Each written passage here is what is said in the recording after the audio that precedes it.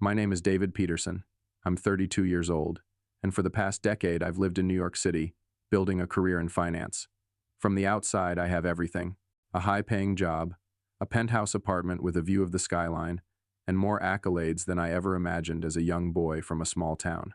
But deep down, if you ask me where I truly came from, I would shake my head because the answer isn't as simple as you might think. I grew up in a town called Langston, a small farming community in rural Ohio, the kind of place where everyone knows everyone, and nothing ever really changes. Langston wasn't the picture-perfect town you'd find in a brochure. There were no grand estates or lush parks, just long, empty roads and fields stretching as far as the eye could see. It was the kind of place where life happened in slow motion, and everyone knew your business before you did. If you were born there, you were likely to stay there. It was a place where people took comfort in the mundane, in the unchanging. But I didn't want to stay there. I knew I was meant for something bigger, something more than what Langston could offer. Growing up, my parents were the backbone of the town's economy. Father was a mechanic, and my mother worked as a school teacher. They were good people, but they had their flaws. My father had a temper, and my mother was too consumed by her work to see the cracks forming in our family. They never meant to hurt me, but the damage was done. I was the eldest child, the firstborn. My brother Ryan came a few years after me, and then my little sister Lily arrived when I was 10. As the oldest, I carried the responsibility of being the role model, of being the one to make things right. But I didn't know how. The problems began when I was 14. My father lost his job when the local factory shut down, and it changed everything. My parents started fighting mostly about money, but also about things that had been left unsaid for years. My mother became distant, retreating into her work, while my father became more withdrawn and angry. And that's when the alcohol came into play. He started drinking more frequently, and when he drank, he would lash out at the walls, at the furniture, but mostly at me. I was the one who was old enough to understand, old enough to take the brunt of his frustrations. I would try to fix things, try to be the peacemaker, but it was never enough. I could see the frustration in my mother's eyes, the helplessness in her gaze as she looked at me like I was supposed to be the answer to everything.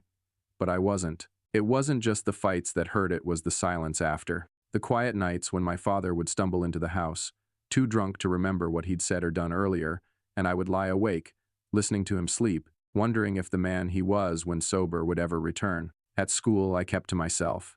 I didn't want anyone to know what was going on at home, so I wore my smile like armor. I excelled academically, but I didn't let anyone get too close.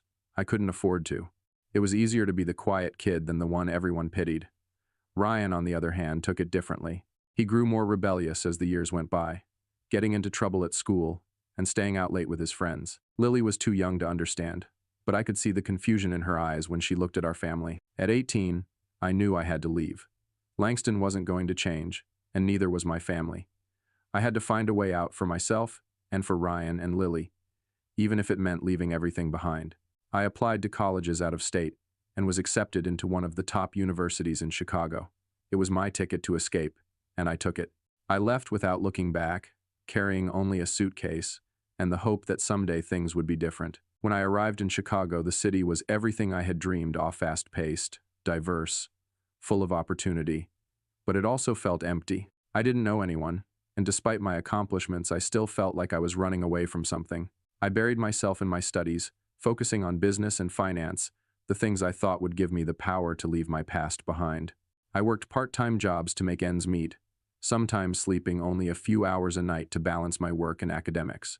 Every success I achieved seemed to come at a cost, but I didn't care. I was determined to leave Langston behind. The years passed, and I earned my degree, landing a job at a prestigious firm in New York City. The money was good, and the city was a perfect fit for me, or so I thought. I thought I had everything figured out. But then, life had a way of reminding me of where I came from. One day I got a call from Ryan. He was in trouble again. He had dropped out of school and gotten into a bad crowd.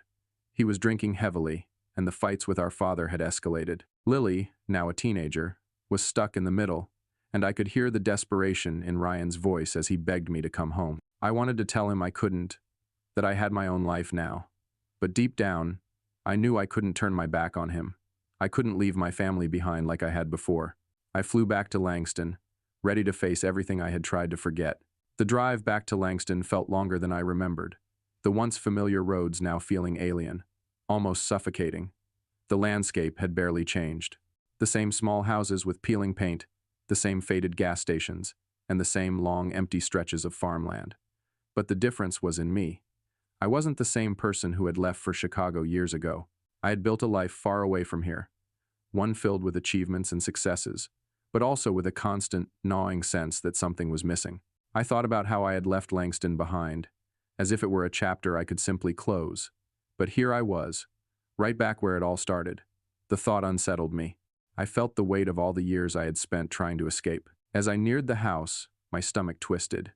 The same old wooden structure stood before me, its paint faded and chipped, its roof sagging. It had been years since I last saw it, but it still looked exactly the same, just like everything else in Langston. The house where I grew up, the house that carried every memory, every wound, and every regret I had. I pulled into the driveway, the gravel crunching beneath my tires, and I couldn't help but remember the many nights I had spent here, waiting for the next argument, the next fight. It felt like stepping into a time machine, back to the dark days when the house was never a home. My heart was pounding as I knocked on the door. It felt like a lifetime since I had walked through this threshold, but I knew I had to do it for Ryan. The door creaked open, and there stood my mother, looking older than I remembered. Her face was tired, her eyes hollow, but there was a flicker of recognition when she saw me. "David," she whispered, as if unsure whether she should be happy to see me or not. I stepped inside, the smell of stale air and cigarettes immediately hitting me. The house felt suffocating. "Where's Ryan?" I asked, my voice steady despite the chaos in my head. "Down in the basement," she replied, barely meeting my gaze. "He's been a little out of control lately." I didn't need to hear any more. I headed straight for the basement, knowing exactly where I'd find him. Ryan had always been the wild one. As a kid, I had to take on the role of the protector, but now, he was the one who needed saving. I descended the stairs, the light flickering above me, and found him sitting on the old couch in the corner of the room. He looked rough, unshaven, his eyes bloodshot, and his clothes wrinkled from days of being neglected. The sight of him hit me harder than I expected. "Ryan," I said, my voice softer this time. He didn't look up at first, but when he did, his face softened with surprise. For a brief moment, I saw the brother I used to know, the one who had looked up to me as a hero, the one who believed everything would be okay as long as I was there. "Dave," he muttered, his voice rough, "I didn't think you'd come back." "I had to," I replied, sitting down next to him. "I'm here now." Ryan chuckled bitterly. "Yeah, you're here now. But you left, man. You left me here with them." I didn't respond immediately. I couldn't. He was right, of course. I had left. I had escaped. And now here I was, trying to fix something that I was never able to fix back then. "You're not alone, Ryan," I said finally. "I'll help you get back on your feet. I don't know what's going on with you or how to fix it, but we'll figure it out." "Fix it?" he scoffed, standing up and pacing. "You think it's that easy, huh? You think you can just waltz in here with your fancy job and your nice clothes and everything's going to magically change?" I stood up too, my patience starting to thin. "I never said it would be easy, Ryan, but we need to do something. I'm not giving up on you. Do you even know what it's like here, Dave?" He stopped, turning to face me, his expression raw. "Do you even know what it was like for me when you left? I stayed here, trying to hold it together for Mom and Lily. And look what happened. Look what we've become." I wanted to say something that would make him feel better, make him understand that I wasn't here to judge him. But the words didn't come. Instead, I reached out, putting a hand on his shoulder, trying to convey what I couldn't put into words. "Let's get out of here," I said, my voice quieter now. "Let's fix this." For a moment, Ryan didn't respond. Then, he finally nodded, a reluctant acceptance in his eyes. As we left the basement, I heard my mother's voice from upstairs, calling us to dinner. I hesitated before turning toward the kitchen. There was so much I wanted to say to her too, but I wasn't ready. Not yet. That night, as we sat around the dinner table just like old times, only much quieter, I couldn't help but feel a strange mix of nostalgia and sorrow. The same old routine, the same old house, and yet something had changed. Ryan and I were no longer the boys who grew up here. We had left, and now we had come back. But I didn't know if we could ever truly leave the past behind. The dinner table was strangely silent. The clink of silverware on plates seemed to echo in the cramped room. My mother sat at the head, still wearing that vacant expression I remembered so well. Ryan pushed his food around on his plate, avoiding my gaze. The tension was palpable, like a heavy cloud hanging over us. It reminded me of the nights when we would sit at the same table, unsure of how the next fight would unfold. But tonight, the silence was different. It wasn't the cold quiet that came with angry words, and insults. It was the kind of silence that lingered, because no one knew what to say. The truth hung between us like an unspoken question. What happened? How had we come to this point? I looked at Ryan, but he quickly looked away. I took a deep breath, hoping to bridge the gap between us, hoping to erase the years of bitterness. "How have you been, Ryan?" I asked, trying to sound casual, but my voice came out more strained than I intended. He glanced at me, his eyes tired, the same eyes I used to know so well. "How do you think I've been?" he replied, his tone sharp, laced with years of resentment. "I've been stuck here, Dave, stuck in this place with Mom, fighting for what? For her to be sober for one day? For things to be different?" I flinched at the harshness in his voice. I knew it wasn't really directed at me. He was angry at the situation, angry at the way things had turned out, but still, it stung. I wanted to say something that would make him understand, that I was sorry for leaving, that I didn't think it would be this bad when I left for college, that I thought getting away would be the solution. But none of those words felt right. The truth was, I had no idea how to fix this. Ryan pushed back from the table, standing abruptly. "You think I want your help? You think you can just come in here all high and mighty and fix everything? You don't get it, Dave. You don't get me. You don't get us." He turned toward the hallway, leaving the table behind. My heart sank. This wasn't how I envisioned our reunion. I wanted to reach him, to remind him of the times when we were close before the bitterness, before the fights, before the years of separation. But I knew I couldn't rush it. "Ryan," I called softly, "please, we can fix this together." But he didn't stop. I sat back down, the heaviness in my chest growing. My mother didn't say a word. She just kept staring at the table, her hands resting in her lap. She wasn't crying. She hadn't cried in years, not since Dad left. The silence felt even more suffocating with her here, so distant from both of us. I stood up, pushing my chair back with a groan. "I'm going to talk to him," I said, more to myself than anyone else. "Maybe he'll listen to me." I left the room and walked down the narrow hallway to Ryan's bedroom door. I hesitated before knocking, unsure of what I was about to face. When no answer came, I pushed the door open. He was sitting on the edge of his bed, his head in his hands. "I didn't mean to make things worse," I said quietly, leaning against the doorframe. I want to help." Ryan's laugh was bitter. "Help? You think you can help me? Help us? You don't know what it's like here, Dave. You don't know what it's like to grow up in this hellhole, to be left behind, to watch Mom destroy herself day after day." I walked into the room slowly, taking a seat next to him on the bed. "I get it, Ryan. I get it more than you know. But we have to work through this. You don't have to keep running away." Ryan looked at me then, his eyes filled with so many emotions that I couldn't place. "I don't know how to stop running," he admitted, his voice barely above a whisper.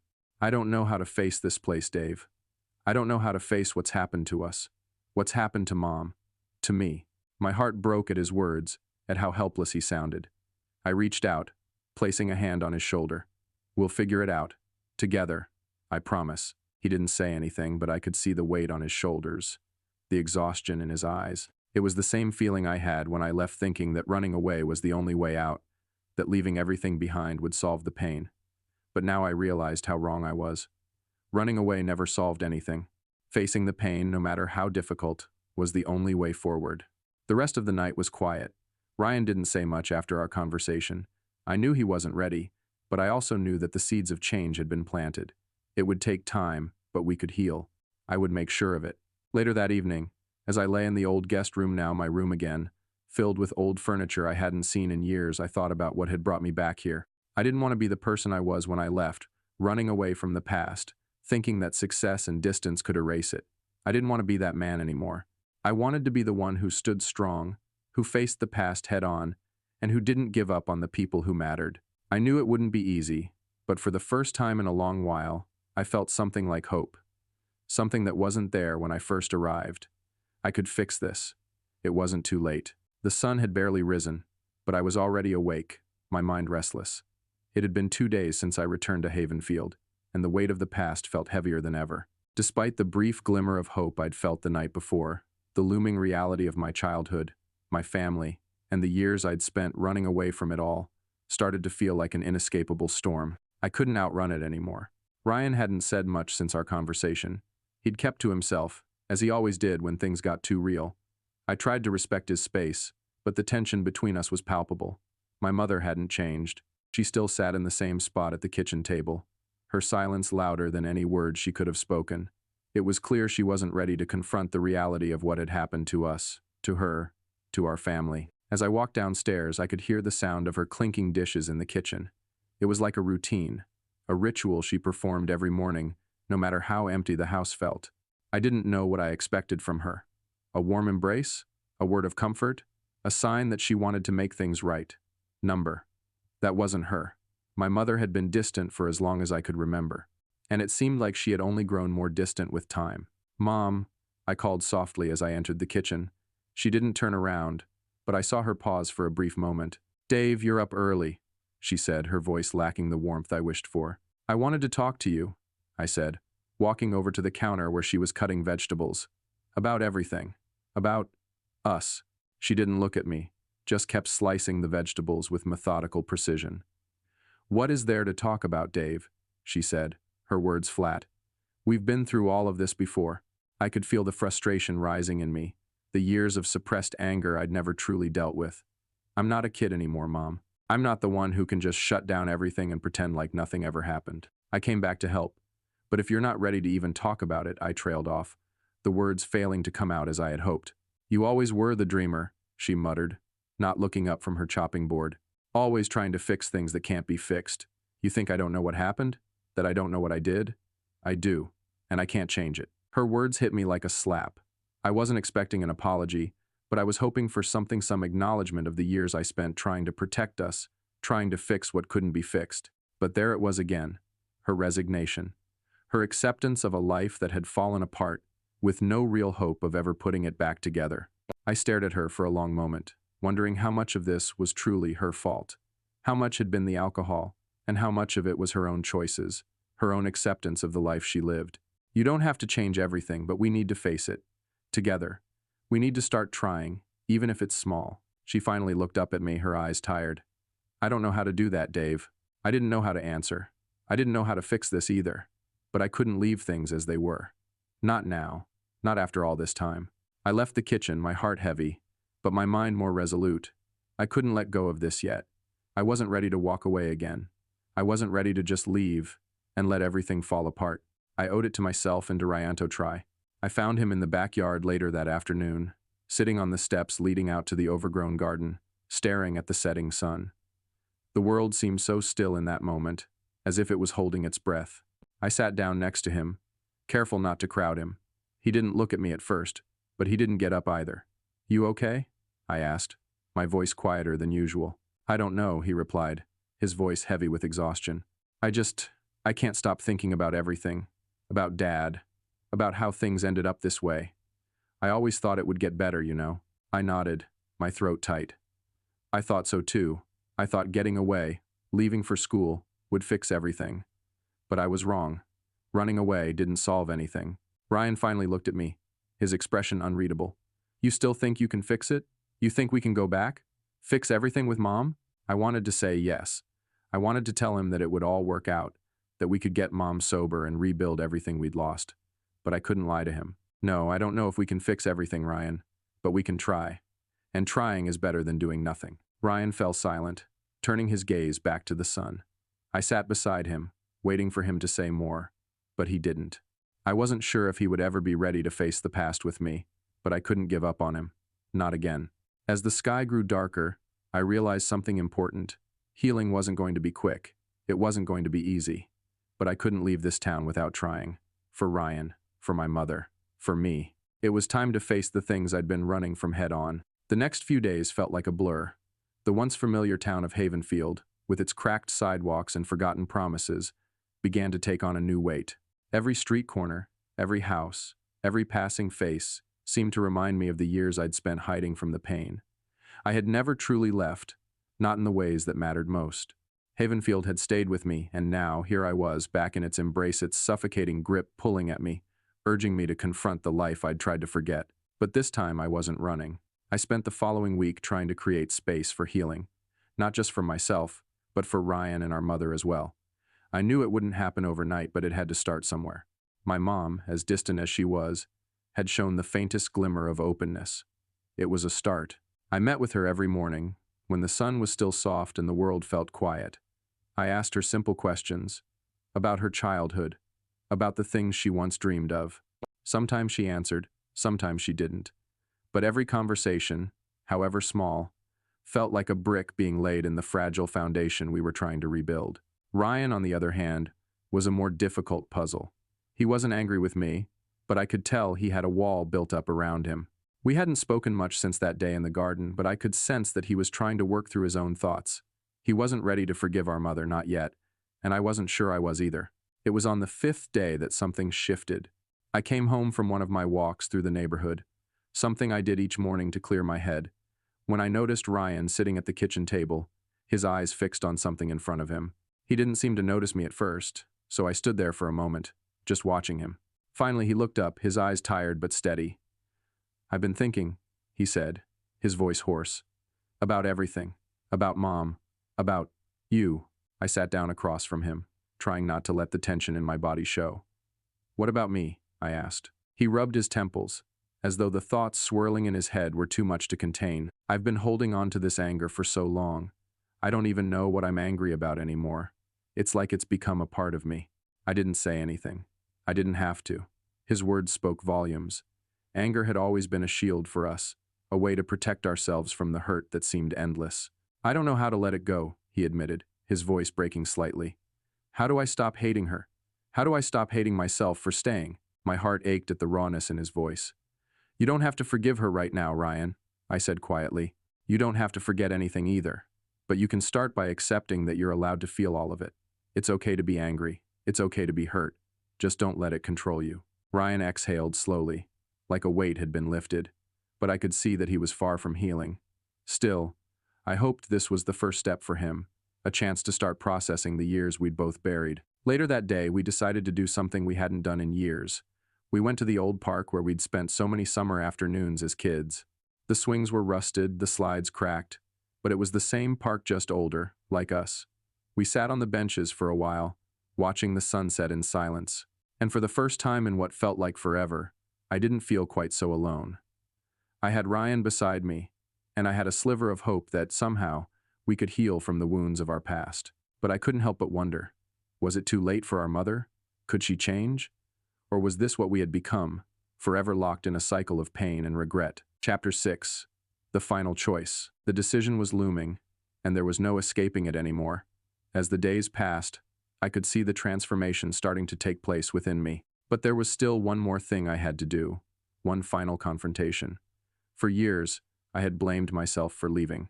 I thought that by running, by cutting ties, I was doing the right thing.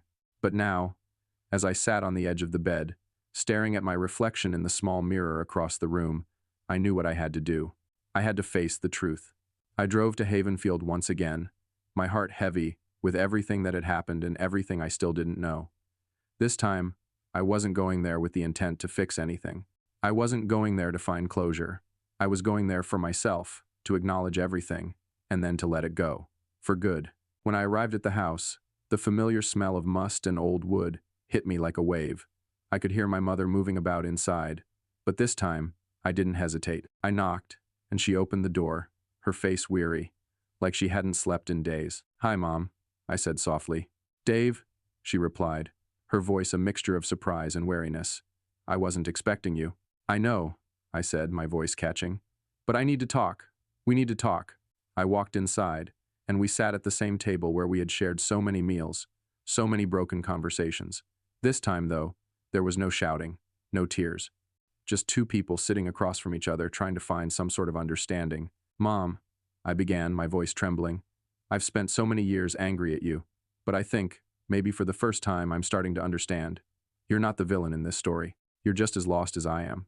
Her eyes widened, and for the first time in years, I saw something resembling emotion. "I didn't know how to fix it, Dave. I didn't know how to help you, how to help myself. I thought if I just stayed numb, maybe it would all go away." I reached across the table and took her hand. "I can't fix everything, and I can't undo the past. But maybe we can start again. Not as mother and son, but as two people who have been hurt, and who can try to heal." She nodded slowly, her fingers tightening around mine. It was a small step, but it was a step forward. As I left the house that day, the weight on my shoulders felt a little lighter. Maybe there wasn't a perfect ending, but there was progress. And that, for now, would have to be enough. The months after that conversation with my mother felt like a delicate balance. I had allowed myself to feel a kind of peace I hadn't thought was possible. It wasn't a perfect peace, but it was real. Ryan and I had slowly started to talk more, not just about the past, but about our future. We spoke less about our broken family and more about what we wanted for our own lives. Ryan had begun his therapy sessions, and although he didn't always talk about them, I could tell he was working through his anger, his hurt, his confusion. And me? I was learning to live with the duality of the past and the present. There were moments when I found myself slipping back into old patterns, the anger, the hurt, the desire to escape, but I reminded myself that healing was never linear. It wasn't about perfection. It was about moving forward step by step. I had found a new job in a city several hours away. It wasn't glamorous, but it was something I had been craving a chance to breathe, to start fresh, and to give myself the space to grow. It was at a local nonprofit organization that focused on helping young adults navigate their way out of toxic environments. I worked as a counselor, and every day felt like a reminder of how far I had come. The people I met there, they had their own stories, their own struggle sand somehow. Just listening to them, I felt that I wasn't alone anymore. Ryan decided to follow suit. After a lot of deliberation, he moved to a different city to attend college. We talked almost every week, and slowly, his anger seemed to fade. We didn't share a lot of deep conversations, but I could hear it in his voice he was finding himself, just as I had. He was no longer defined by the past, and I couldn't have been prouder of him. I spoke with my mom every few days, though not always in person. She still lived in Havenfield, but she had made some changes. Little ones at first, but they were there. She had started attending a group for women who had experienced similar struggles, and she had started volunteering at a local shelter. Small steps, I knew, but steps nonetheless. One evening, after several weeks of not hearing much from her, she called. "Dave, I've been thinking about what you said. You said we should start over. I think I'm ready. Maybe it won't be perfect, but I want to try. I want to be there for you and Ryan. I know I messed up, but if you'll let me, I'd like to try again, just as a mom." The tears I had kept hidden for so long came rushing to the surface. It wasn't a grand gesture, no sudden reconciliation, but it was enough. I had always wanted this, hadn't I? A mother who truly saw me, not through the lens of her own failures, but as someone who deserved love and care. I wasn't sure what the future held, but at that moment, I was willing to believe it was possible for us to move forward, no matter how slowly. Months turned into a year, and the road toward healing and forgiveness became more about the little victories than the big ones. I had found my peace, not by avoiding the past, but by embracing it, by accepting that I couldn't change what had happened, but I could change how I moved forward. Ryan and I would send each other texts of encouragement, sometimes brief, sometimes longer. But there was an unspoken understanding between us now. We weren't victims of the past anymore. We had both chosen to define who we were by the actions we took, not the family we came from. And while the scars would always remain, they no longer dictated our lives. I had started working with teenagers who had faced the kind of trauma I had, and in those moments, when I spoke with them about their pasts, I could see them slowly finding their way toward hope. They saw me not as a therapist, not as someone who had it all figured out, but as someone who understood their pain. And somehow, that connection, knowing that I wasn't just talking from a place of theory but from lived experience, felt more powerful than any textbook lesson I could have learned. As for my mom, she had come to visit me once. She brought flowers, something simple but meaningful. She wasn't perfect. She wasn't going to be the perfect mother I had always hoped for, but she was trying, and that too was enough. It's funny how time works. The scars we carry never quite disappear, but as we go through life, we learn to wear them, not as a burden, but as a testament to how far we've come. The past will always be there, but it no longer has to control me. It no longer has to control Ryan. And perhaps one day, it won't even have the same hold on my mother. Life is a series of choices, some made for us, some we make ourselves, but at the end of it, it's what we do with those choices that matter most. I could have chosen to let my past define me. I could have stayed angry, stayed trapped in the cycles of hurt that had plagued my family for generations. But instead, I chose to move forward. And in the process, I realized something important. It's not about waiting for others to change. It's about changing yourself, about making the conscious decision to be the person you've always needed. Only then can you heal. Only then can you build a future that's truly your own. Now, when I think about the future, I don't think of the family I left behind. I think of the one I've built, the one I've worked so hard for. And for the first time in my life, I can finally say, with all my heart, that I belong.